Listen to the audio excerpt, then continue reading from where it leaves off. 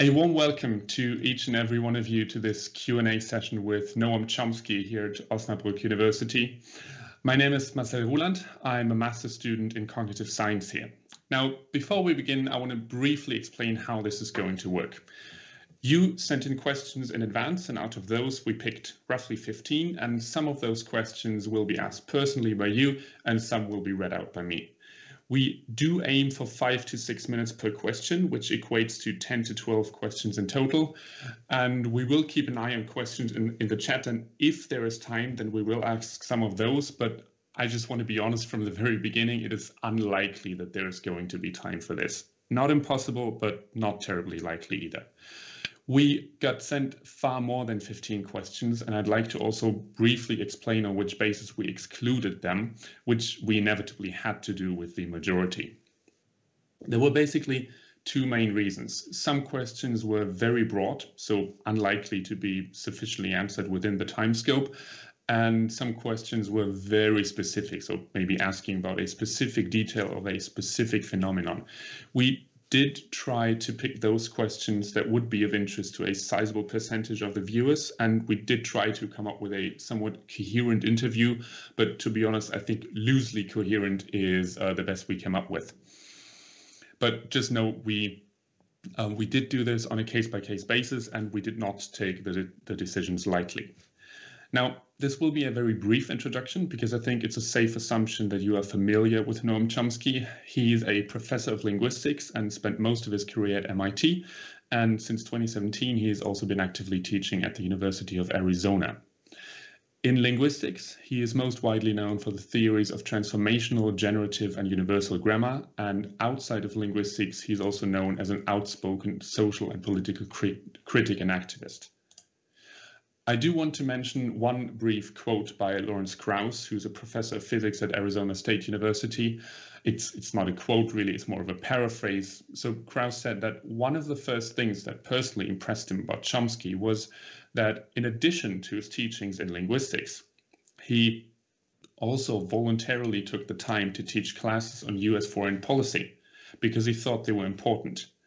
And I think it is in a somewhat similar manner that this Q&A came to be, because Chomsky received an email from Felix, who's a bachelor student here in Osnabrück, asking him if he would like to arrange a Q&A session, to which Chomsky immediately replied that yes, he'd be pleased to arrange it. And it is this attitude which I genuinely admire. And now, without further ado, I'd like to introduce to you Noam Chomsky. Thank you very much for taking your time. Thank you. Pleased to be with you. Now, we're going to dive right into it. The first question will be asked personally, and it comes from Helene Pretzler. Hello, I hope you can see and hear me fine. My name is Helen, and I'm a bachelor student of cognitive science. And since you're known as a researcher and an activist, my question would be, what do you think the ideal relationship between science and politics should be? And since that's a pretty broad question, I wanted to make it a little bit more specific. And the first thing that came to my mind was climate policy. And I thought about how frustrating it is to know that science has known about global warming for decades, but politics has not acted upon it. So my question would be, do you think it would be a good idea to have some sort of mechanism to force politics in some situation to act upon scientific insights? The only method that I know of or that has ever been discovered is for an informed, engaged public to compel leadership to respond to urgent crises. That's not easy.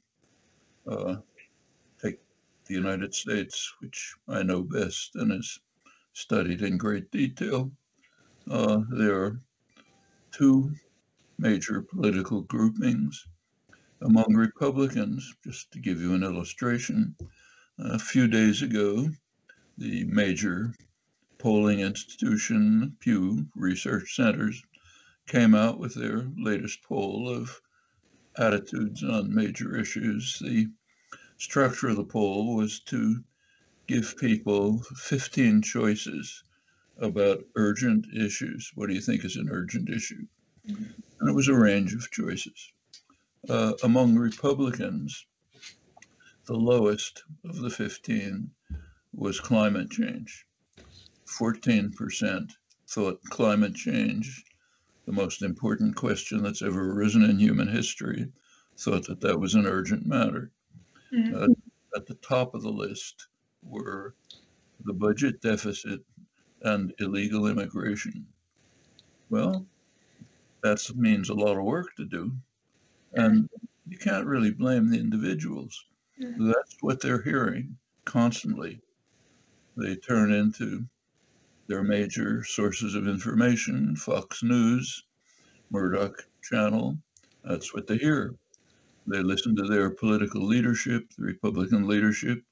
They're all climate change deniers. I mean, Trump was turned it into lunacy, but it's true of the whole party. Well, that's a lot of work to do. In fact, if you look at the history of it, you learn a lot about how politics works. It was not always true of the Republican Party. In fact, 2008, John McCain ran for president on the Republican Party ticket. Very right wing, but he did have a small climate policy. The Republican Congress was beginning to consider some minor measures, maybe a carbon tax or something. The Koch brothers energy conglomerate, huge energy conglomerate, as soon as they heard of this, went into action. They'd been working for years to try to ensure that the Republican Party would never move towards concern about the climate. So they launched a huge juggernaut, threatening congressmen, bribing them, huge lobbying campaign. They got the whole Republican Party to switch. Okay, that's the world we're living in. You can find analogs anywhere, Germany, anywhere else. Yeah. These are the problems we face. But isn't that an argument for trying to introduce something new? Because I see that lobbyism is a huge problem, but I think that's specifically why I wish there was a way to incorporate science more. How? You know, so some sort of new mechanism or some sort of law, I don't know any specifics, but just as an idea, to force politics to accept certain facts. So my question would be, do we need something new? Do we need a new approach? Especially since so many people have been, listening to this disinformation for decades now. That's more my questions. If maybe the only alternative approach would be to see if we can get Hitler back and have him impose a Nazi regime, and maybe if we're lucky, he'll decide instead of murdering Jews and Slavs to call for climate change. That's the only alternative. Well, I guess that's not a desirable alternative either. So I see that your answer would be our best chance to counteract lobbyism is through informing the general population, and that's what we need to do. That's the only way. If there's another way, nobody's ever discovered it. Okay, well, thank you for your answer. But life doesn't work like that. Okay. Well, thank you for taking your time to answer my question, and I will give it back to Marcel again. Okay, I'm going to pass it right on to the next questioner, who is Leon Schmidt. Hello, and thank you so much for taking the time. So basically, I admire you as a scientist and maybe even more so as an activist. And I think there's a question that many people currently have that kind of have this same spectrum of two things, right? Activism and science as interests. And I would like to know what basically your ideas or maybe your approaches were throughout your life to balance these two things in your life. Like how do I decide to spend time on activism or science? How do I, deal with that problem? There's no algorithm. Life's too complicated. First of all, it varies depending on circumstances. There are times when activist engagement is extremely urgent. A lot depends on it. There are other times when that's less so. There's also the question of what issues concern you. What do you feel you can do something about? So if certain things I think are really urgent, but I can't do anything about them. So there's no point in my engaging. So you just have to think it through, balance these things, decide what you want to do. But I don't think there's simply no simple algorithms for how to live your life.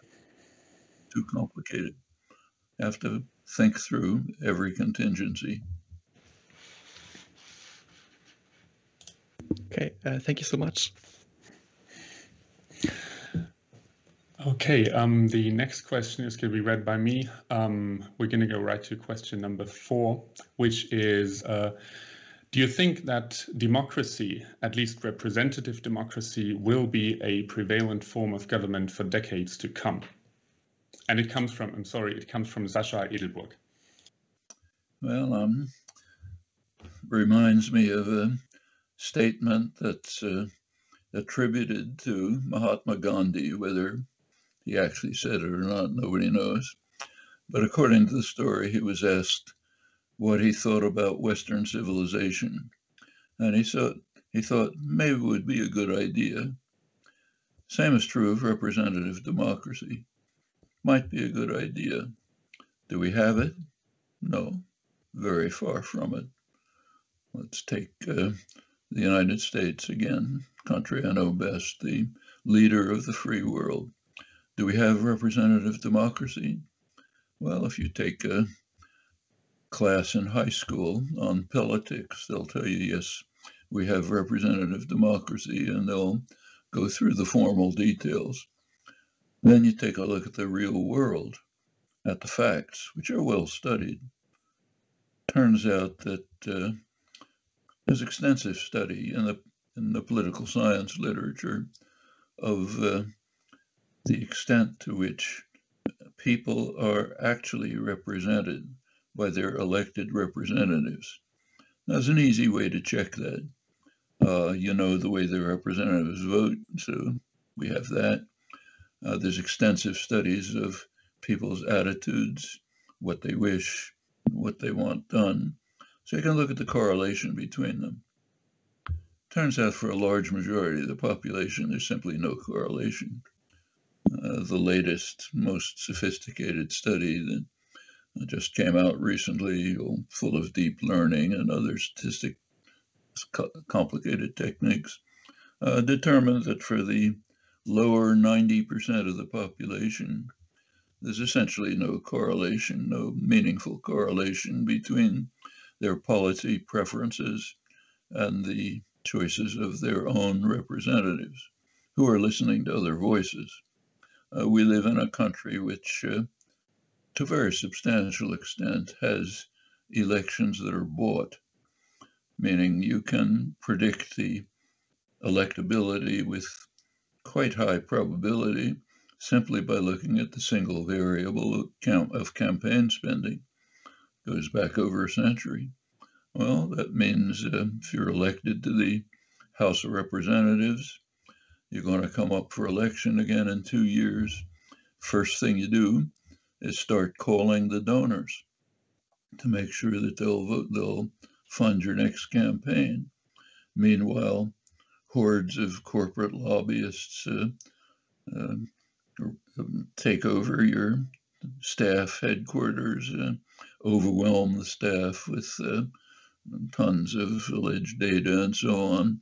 Finally they start writing the legislation, then you come back and sign the legislation. That's a bit of a caricature, but not very much. That's pretty much the way the system works. And I just gave you one example. with the crucial example, the switch of the Republican Party to climate change denial. It's not a small thing. Fate of the world may depend on it, but that's the kind of thing that happens. And so would representative democracy be a good idea? It would. It's a little different in other so-called democratic societies, but within limits. In fact, in Europe, in many ways, it's even worse. One of the European Union had positive and negative aspects. One of the negative aspects is that decision-making was removed from the national states substantially to the Brussels bureaucracy, which makes the major decisions. Who are they? They're not elected. The European Commission isn't elected. The IMF isn't elected. The central bank isn't elected. That's the Troika that makes the major decisions for Europe, with the German banks looking over their shoulders and making sure they do the right thing. It's one reason why you have anger, resentment, collapse of the traditional parties. People just know very well they're not being represented.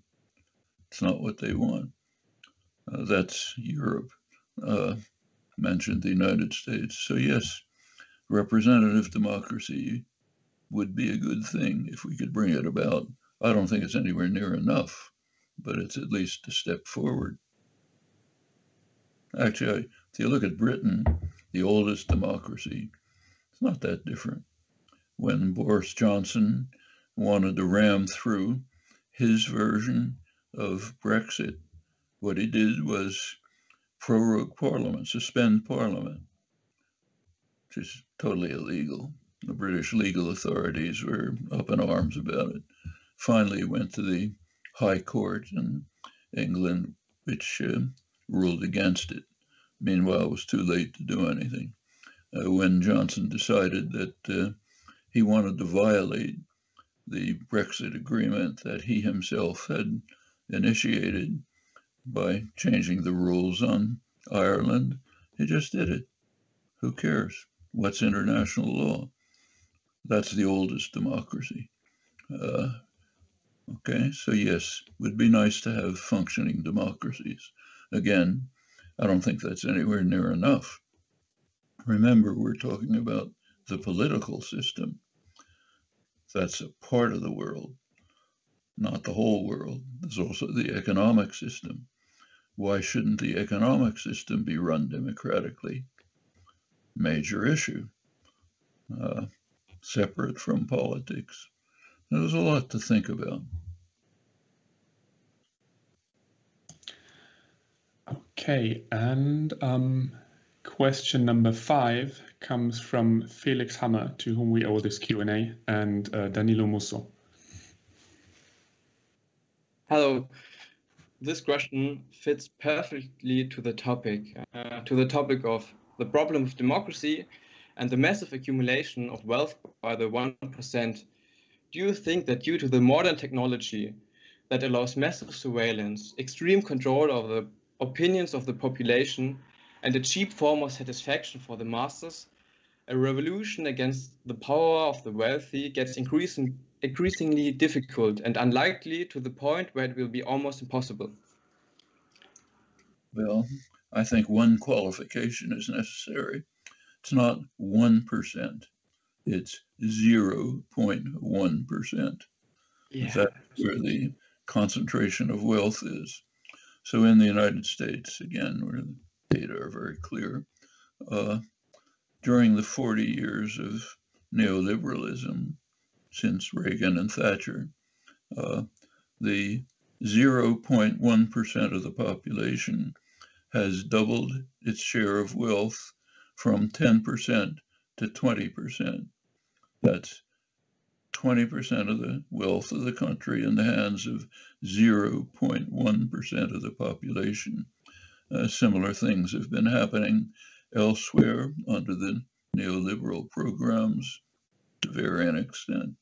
Again, that's a large part of the reason for the discontent, anger, resentment, contempt for institutions that's happening all over much of the world. Is there a chance for radical change? Personally, I think there should be in many ways. One thing is to, which is not particularly radical, is to unravel and reverse the neoliberal plague. And it is a plague. That's 40 years of major assault against the population in the interests of concentrated private wealth. It was explicit from the beginning. We've seen the effects of it. You want to know the rough effects? Happens to be studied extensively in the United States. One of the leading research institutions, very respectable, very conservative, Rand Corporation, quasi-governmental, just tried to do a study of the, in their words, the amount of wealth transferred from the lower 90% of the population, working class, middle class, transferred to the very rich, mostly to the top fraction of 1%. I wouldn't use the word transferred, I would say robbed, but use the word you like. Their estimate is $47 trillion robbed by the top fraction of 1% from the working class and the middle class. That's a serious underestimate because it does not take into account other factors. One of the immediate moves of the neoliberal rulers was to open the spigot on all sorts of modes of robbery of the public that were illegal before and were blocked by an activist government. One of them is tax havens. Tax havens in the United States were illegal before Reagan. He said, fine, have to open the doors for the rich to do whatever they like. That's another tens of trillions of dollars robbed from the public. And there are many other devices. Well, that's not small change. These are big effects. Now, that's why you have a situation in the United States where majority of the population, you can argue about the exact number, but a majority, considerable majority, basically live from week to week, from one paycheck to the next paycheck, with essentially nothing in reserve to carry them over in the case of an emergency.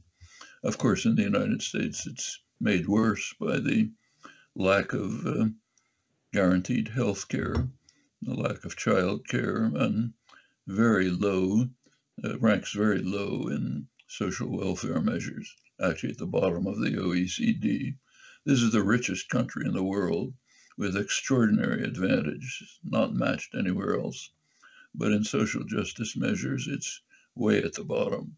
And the reason is, you go back in history, a lot of very good things about the United States, but one bad thing is it's a business-run society, has been from the beginning. The business classes are dedicated Marxists. They're dedicated to class war relentlessly. They never let up, and they have very substantial influence. The one example I gave you is a case in point, but it's much more general. And that has very severe effects on the society. The US should rank at the very top in Human Development Index and such measures. It doesn't, ranks very low. It's the effect of brutal, relentless class war, never stops. Question number 6 comes from Alex Hernandez Garcia. Hi, Professor. Thanks for doing this Q&A with students. My name is Alex. I would like to ask you a question about Palestine. I have learned a lot from what you have written about Palestine. You have often advocated against the one-state solution, arguing that it is not a viable option in the short, medium term. But however, in my opinion, like the two-state outcome is increasingly less likely, and the only foreseeable outcome at the moment is a long-term, slow assimilation and colonization of Palestinians and their territory by Israel. I'm wondering if you think that it might be the time for a change of strategy in this context, in this global context of anti-racist actions, make some international pressure towards moving for binational or even multinational state, open and welcoming for everyone, for everybody living in Palestinian region. Well, if you don't mind going back to the 1940s, when I was a young activist, my main activism was this is before the state was established. This was part of what I was doing, was part of the Zionist movement at the time, working for a binational state based on Arab-Jewish worker cooperation. That was what we were pressing for. And I've kept to that view all my life. But you have to look at the world as it exists, all right? Not the way you would dream that it exists. Now, there have been periods when moving in that direction was feasible, like the early 70s. There were possibilities. I was writing extensively about it at the time. Nobody could listen to it, couldn't publish it. Everyone was against it. Palestinians against it. Israelis against it, everyone, intellectual opinion. So the books could barely even be published. That was the early 70s. Since the mid-70s, it has not been a viable option. In the mid-70s, Palestinian nationalism kind of crystallized, and the options became, the option was a two-state settlement. Now, let's take today. The way you posed the issue is the way it's universally posed, and it's wrong. The choices are not between one state and two states. The choice, there is a third choice, the one that's actually being implemented. That's Greater Israel. It is not two states, it is not one state. The policy that Israel's been following for the last 50 years, systematically, dedicated, is taking over whatever in the West Bank is of value and excluding the Palestinian population concentrations. So Israel doesn't want Nablus. They don't want Tulkarm. They don't want Palestinians. So what they want is whatever's valuable. Jordan Valley, Ma'ale Adumim, Greater Jerusalem, 5 times as big as it ever was, taking in Palestinian villages, settlements to the east. Ma'ale Adumim is a large town to the east of Jerusalem, pretty much bisects the West Bank, go through the rest. The Palestinians are either excluded or else they're kept in what are now 165, roughly, isolated enclaves where they're cut off from their fields, olive groves, and so on by checkpoints, which are sometimes open, sometimes not, some constantly subject to attack. We're seeing in Jerusalem today, but it goes on at one level all the time. That's not one state. It's not two states. You can live in Ma'ale Adumim, the settlement east of Jerusalem. You can get on a superhighway. You're living, incidentally, in a subsidized home, nice villa, subsidized by the state to try to get you to move there. You take a superhighway to your job in Tel Aviv in the morning. You don't even know there's a Palestinian anywhere. The superhighways are restricted to Jews and visitors. Well, that's basically what's being developed. Of course, Gaza is being turned into a total monstrosity, may not survive. That's 2 million people living almost at the level of extinction. No potable water, sewage systems have been bombed and destroyed, power systems barely function, constant attacks.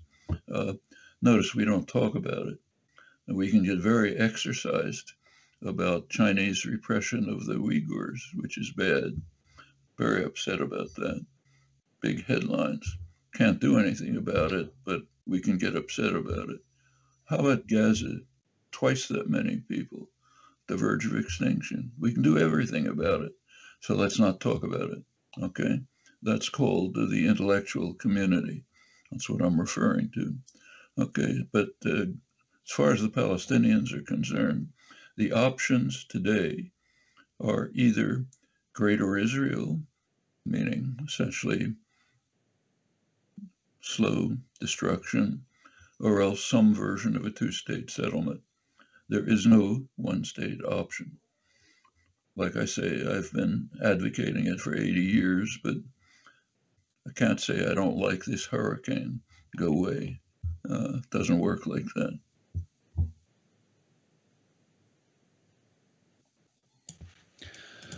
Question number 7 comes from Luana Schwarz.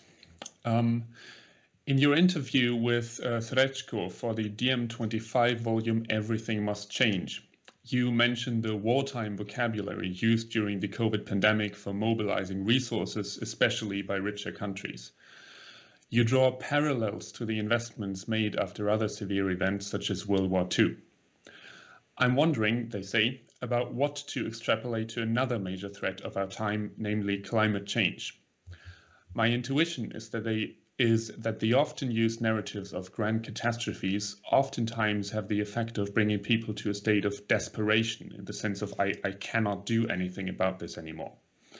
At the same time, they continue, I feel like many, surely not all, government representatives do not grasp the urgency to make big changes. So, speaking about these different audiences, how can one most effectively communicate what is at stake in order to promote mobilization for climate change mitigation?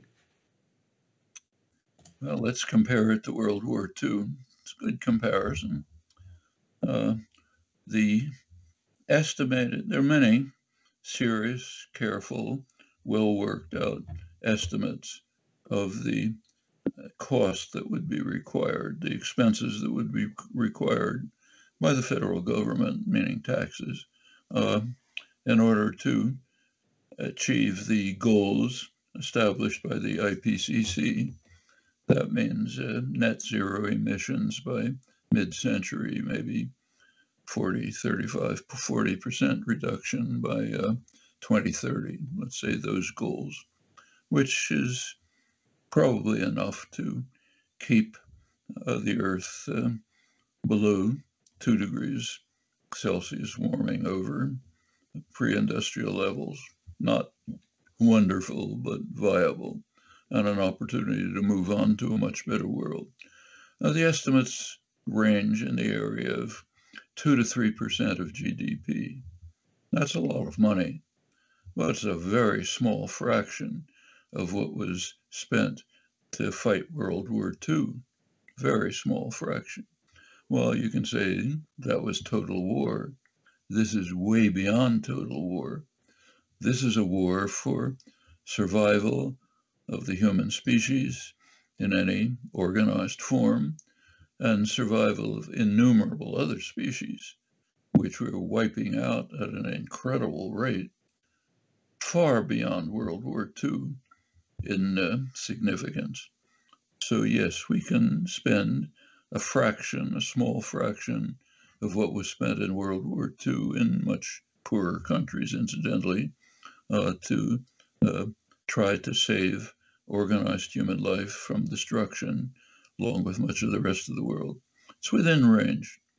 Well, what's the best way to reach various groups? Different ways for different groups.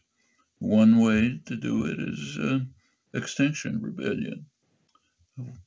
Massive demonstrations, mostly by young people, to get to the point where people just can't overlook it.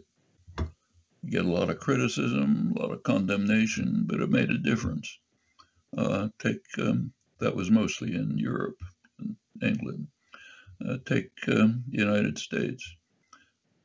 A lot of young activists. One group, Sunrise Movement, got to the point of occupying congressional offices. They occupied the office of Nancy Pelosi, the chair of the House of Representatives. Well, normally when you do that, the security forces come in and throw you out. That's the end of it. Didn't happen this time. They got support from Alexandria Ocasio-Cortez, young legislator who came in on the Sanders wave, a couple of other young legislators. Ed Markey, a senior senator from Massachusetts who's been involved in climate issues, they intervened. They actually managed to move the idea of a Green New Deal to the center of the legislative agenda. It had been just ridiculed, dismissed, not even talked about. It's essential for survival. You can debate the form it takes, but one or another form is essential for survival. Well, 2 days ago, Ocasio-Cortez and Markey instituted a Green New Deal as detailed legislation. It's right there in the center of the agenda. Lots of details, how to work it out, answering all kinds of questions. It's not going to be passed. The Republicans will block anything, and they are half the Senate. But it's a long step forward from oblivion to a detailed proposal at the center of attention and action. Now, this goes on in parallel with a lot of other things. I am co-author of a recent book on this. My co-author, Robert Pollin, is a fine economist who's done much of the major work on the details of how to implement some feasible form of Green New Deal. He's been working for some time with unions, including the unions in West Virginia, crucial place. It's the major coal-producing area. The senator from West Virginia, Manchin, is technically a Democrat, but a conservative Democrat and a sort of swing vote on many issues. Just about a week ago, the main mining union, Cecil Roberts, chair of the main mining union, said that the miners will commit themselves, including West Virginia, to eliminating coal, which is the source of their livelihood, and to moving towards sustainable energy, along with programs for training workers to move to new occupations in sustainable energy and support for them, all easily within range. These are big changes. How are they achieved? By people like you doing things. Extinction Rebellion is young people. Sunrise Movement is young people. Greta Thunberg is a young person. A lot of work like this has made changes, very significant changes. There's no other way. No, you take a look back at other successful movements, civil rights movement, anti-war movement, feminist movement, you pick it, whatever it is, whatever progress has been made this way. There is no magic key. You can't invent some mechanism which will make it happen. The only way to make it happen is to work on it. Some of the methods may fail, some may be wrong, switch to other ones. But that's all there is. And it can work. It can work in this case. We've seen considerable progress against enormous opposition. It's not just the Coke energy, it's all the fossil fuel industries. It's a huge part of the economy trying to prevent moves towards saving civilization from destruction. They know exactly what they're doing. It's just that short-term profit overwhelms the concern for survival of human society. That's an institutional fact, part of the capitalist mentality and structure. Big banks, the same. But you can have an effect. Pressures on the banks, for example, have led to what in their internal memoranda they call reputational risks. Reputational risks means, as they sometimes put it, the peasants are coming with the pitchforks. We got to do something, or they'll take it all away from us, which they can. So you get changes. You get corporate executives saying, okay, we're now going to be good citizens. We're going to work for climate change. Take a look at what they're doing. You find a different story, but it can have an effect. Major banks start divesting from fossil fuel industries. It's important. A couple of weeks ago, I think 300 top executives of U.S. corporations, including the big ones like Google, Facebook, McDonald's, called for 50% cut in emissions. Big effect. Didn't happen because they had a religious conversion. It happened because the peasants were coming with the pitchforks. They're facing reputational risks. They're going to get in trouble unless they bend. Okay? Well, that's the way things happen. So you want to know what you can do? All options are open. You have plenty of opportunities. It's one of the nice things about living in fairly free societies. You can take lots of choices, but it's a matter of will and determination. Then on we go to, now we're kind of changing to more linguistic questions. And if Raya Abu Ahmad is already here, then we're going to proceed with her question. If not, there we go. Hi. So thank you, Professor Chomsky, first of all, for taking the time to answer our questions. It's an honor. So my question is, do you think natural language processing research can give us insights on how the human brain processes language? If so, which specific areas of NLP are most likely to do that, and how, in your opinion? Well, natural language processing is could, in principle, it's like artificial intelligence in general, the whole rough field. It can have, there's two different forms. There is, I was in the beginnings of artificial intelligence. People like Marv Minsky, John McCarthy, friends, knew them all when it was getting started. It could go in two directions. One direction, which in fact people like Minsky were interested in, was studying the nature of intelligence using the techniques of computer science that are available, the technology available, see if you can study human intelligence. That's just cognitive science. It's cognitive science using these particular methodologies and techniques. That's one branch of AI.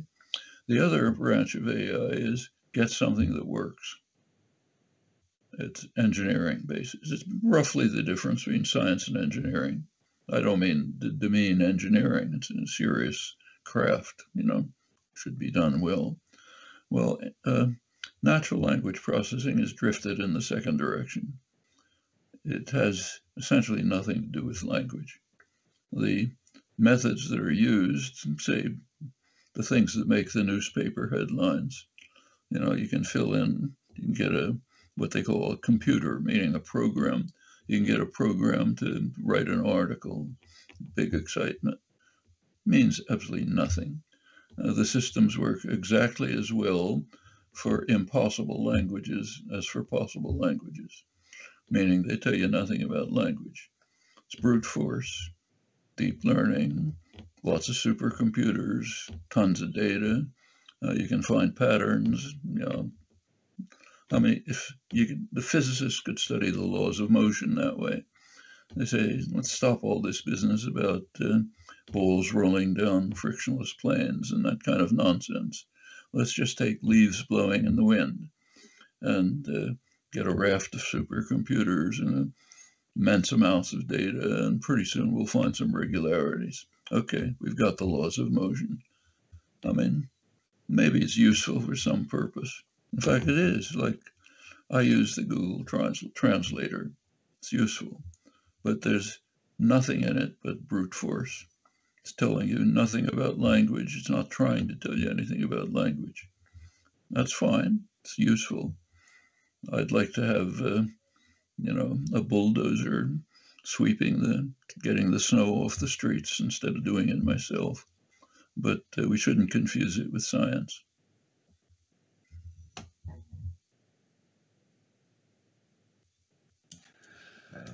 Question number 10 comes from Annette Hohenberger.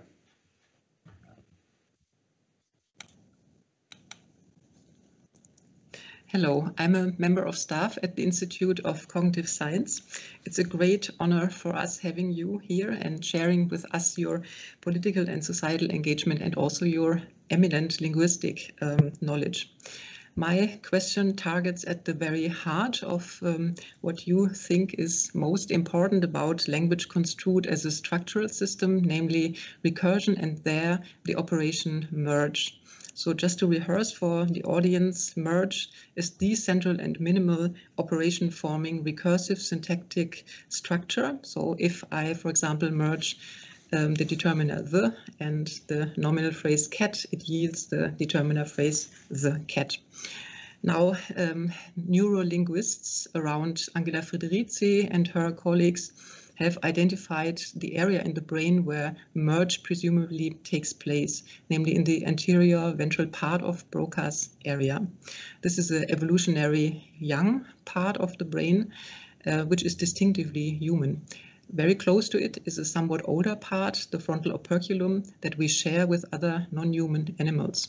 Now, these neurolinguists construe merge as a two-phase process, namely a first associative phase, where just two elements are brought into contact, which humans have, but maybe also animals have.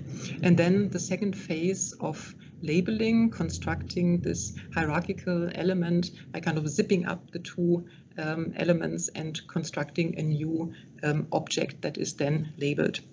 Now, my question is, it seems that neurolinguistics is able to sharpen our understanding of what merge is, what is distinctively human about merge, maybe not this associative first part, but the second labeling part. And I would like to know from you what you think is the relation between neuroscience and formal linguistics. Well, there is important work in neuroscience, like Angela Frederici's, for example, which is the work you're referring to, identifying the parts of the brain that might be involved in these fundamental computational operations. She's done very important work suggesting that, without going into the details, there are several areas of the brain that are partially connected. There's a dorsal and a ventral connection, top and bottom. And if the circuit is closed, she's shown that as the circuit becomes more and more closed, and as a child grows, it correlates reasonably closely with increased syntactic abilities. So, and you don't have it in monkeys. It's not closed. Macaques is what she's studying. Then she'd argue, well, maybe this is the break between humans and animals, that the system closed and you get combinatorial operations. Notice, crucially, these have to be recursive, meaning go on forever. It's not just putting things together, but whatever the operation is, go on forever. Now, as far as merge is concerned, the most interesting part of it, it does put two things together, but one of the things it can do, if you can see me, is take something inside this and attach it to it. That gives the ubiquitous property of what in linguistics is called displacement and reconstruction. That's why when you hear the sentence, which boys did the girls expect to like each other? It's the boys who are liking each other, not the girls, even though the girls is the one that's closest, because in your mind, you're hearing which boys the girls expected the boys to like each other. It's not getting to your ear, but that's what's in your mind. That property is ubiquitous in language all over. Well, you put together all these properties, you get quite a lot of language. Why should you have these properties? Well, ask yourself a question about evolution. Let's ask what Mother Nature likes to do.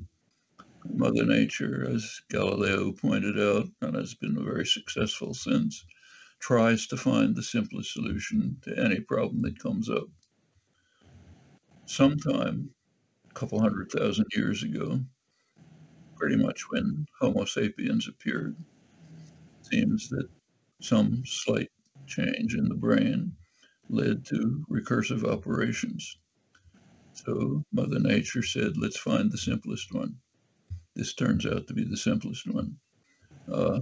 That's the way evolution works. When there's anything innovative, what you have is a move to the simplest solution. Natural selection then operates to choose among options, but only when they're there. The creative part of evolution is mutation, symbiosis, other changes which somehow lead to a change. Then you get the simplest system. Seems like language may have worked like that, that nature just picked the simplest solution. This is it. A lot of things follow from it. Now, neuroscience is a very difficult field. One of the reasons is there are no analogs in the animal world to human language and human thought. We know a lot about human vision, the neurology of human vision, but that's because of invasive experiments with other species.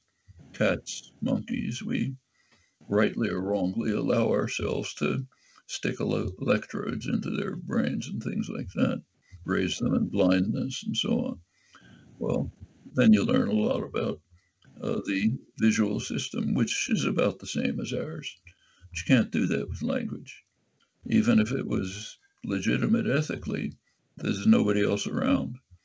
Humans are alone on Earth, probably in the universe, in having language and thought. So there's nowhere to look. So the neuroscientists have to use much more roundabout techniques. You can't do the experiments you can think of. You can't do them on humans. It's just not permissible, and there's nobody else. So it's a hard field. And in fact, there are serious questions about whether neuroscience is even looking in the right places. So if you're familiar with Randy Gallistel's work, he's fine cognitive neuroscientist. He and his colleagues have given pretty strong, to my mind, very persuasive arguments that neuroscience is just looking in the wrong place. That also extends to computer science, who are using neural net models. His argument is neural nets are just not what's involved in the computations of the brain, not just language, even insect navigation, which is his main field. Insects do extremely complex things way beyond what humans can do with tiny brains. And there's just no capacity in the neural system of an insect to do any of these things. None of them. It's just, I mean, some of this was known way back to Helmholtz. The neural transmission is pretty slow, and these things happen very fast. And there, as Gallistel's pointed out, in the framework of neural nets, you cannot find the elementary component that's at the heart of any computing system, any Turing machine in technical terms. It's just not there. So you can look forever, but you're not going to find it. And they by now have even experimental evidence that shows that some of the large cells, the cerebellum happens to have very large cells, Purkinje cells, and internal to the cell, you can do conditioning, and you can store information like an interval internal to the cell, no neural nets. And there you have massive computation available down to the cellular level. And probably that's the right place to look. So it may be that all the work that's being done, including all the neural net models and computational sciences, are just off in the wrong direction. You've got to look somewhere else, into the internal computational properties internal to cells. There's lots of work about just what it might be, but it's a field that's in flux, potentially a very rich field, a very hard field, because if you're dealing with fundamental human intelligence, you can't look at other animals. They don't have it. That's it. Actually, I might just on the side add that there's recent work in astrophysics, some stuff that just came recently out in physics journals, arguing that within the part of the universe that's accessible to human beings under the constraints of physical law, there are limits just because of speed of light on how much of the universe we can penetrate, that within the accessible parts of the universe, the probability of intelligent life is practically zero, just because of the complexity and the accidents of what were involved in leading to this. So it may be that there's nowhere in the universe, the accessible universe, where anything like this exists, but certainly not on Earth. So it's a really hard problem, and may be completely shaken up in the coming years. But yes, you're right. The potential for discovering things is very striking. There's one really outstanding result in the neurosciences, which essentially confirms at the level of brain structure what is known from the study of language. A very surprising fact about the nature of language. It's called structure dependence is the technical term. It means the operations of language operate solely on abstract structures. They don't pay any attention to the linear order of words. They don't use notions like adjacency. Okay, so for example, if I say the shooting of the hunters is a crime, it's singular, not plural, though the most adjacent word, hunters, is plural. If I say the conquests of Rome were a crime, it's plural, even though a conquest is more remote. Just doesn't pay attention to what it sees. That tells you something pretty remarkable. All of this is known by 2-year-olds. Experimental work with children has shown that 2-year-old kids have already mastered this. Some experiments go down to 18 months. No, that tells you that the infant is paying absolutely no attention to 100% of what it hears, and is paying attention only to what its mind constructs, and it never hears. It's a very significant result in cognitive science, which hasn't penetrated. The reason is that's the simplest operation. When Mother Nature decided to construct a recursive operation, she picked the simplest one, which happens to have this consequence. Okay, means that infants are making complex computations on abstract structures and ignoring very simple computations like adjacency on what they hear, which is irrelevant to them. Well, there are experiments. Andrea Moro is the linguist involved, a group in Milan, group of neuroscientists, showed that if you take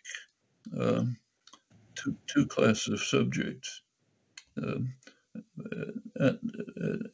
you take subjects and you give them two kinds of stimuli, two groups.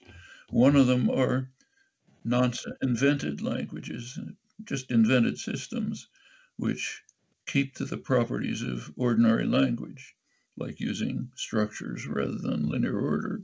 The other of which uses linear order. So in the second class, you'd have a sentence where, say, negation is the third word in the sentence. You want to negate a sentence, put a negative particle in the third word. Very trivial to compute. It turns out subjects with the nonsense sentences that are modeled on an existing language, the normal areas of the brain involved in language processing light up and function.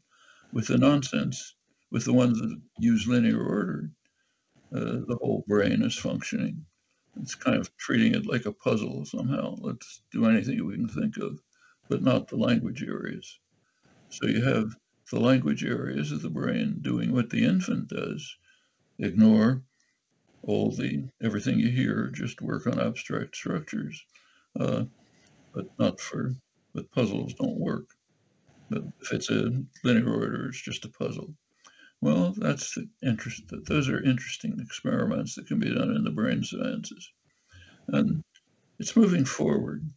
Friederici's work is right at the limits of what's being done. Now, she has a book recently called State of the Art, I think, something like that, which brings things pretty much up to date. But so it's a rich potential field, but I think there's a lot of work to do. Thank you very much for your critical and also very enlightening answer. I think you leave us with a lot of food for thought. Thank you so much. Okay, we've already passed 11 a.m/8 p.m. I understand you have to leave at 11 sharp, so I guess I suggest we call it a day at that. Again, I want to thank you very much for taking your time for this Q&A. Thank you very much. My pleasure. Glad to be with you.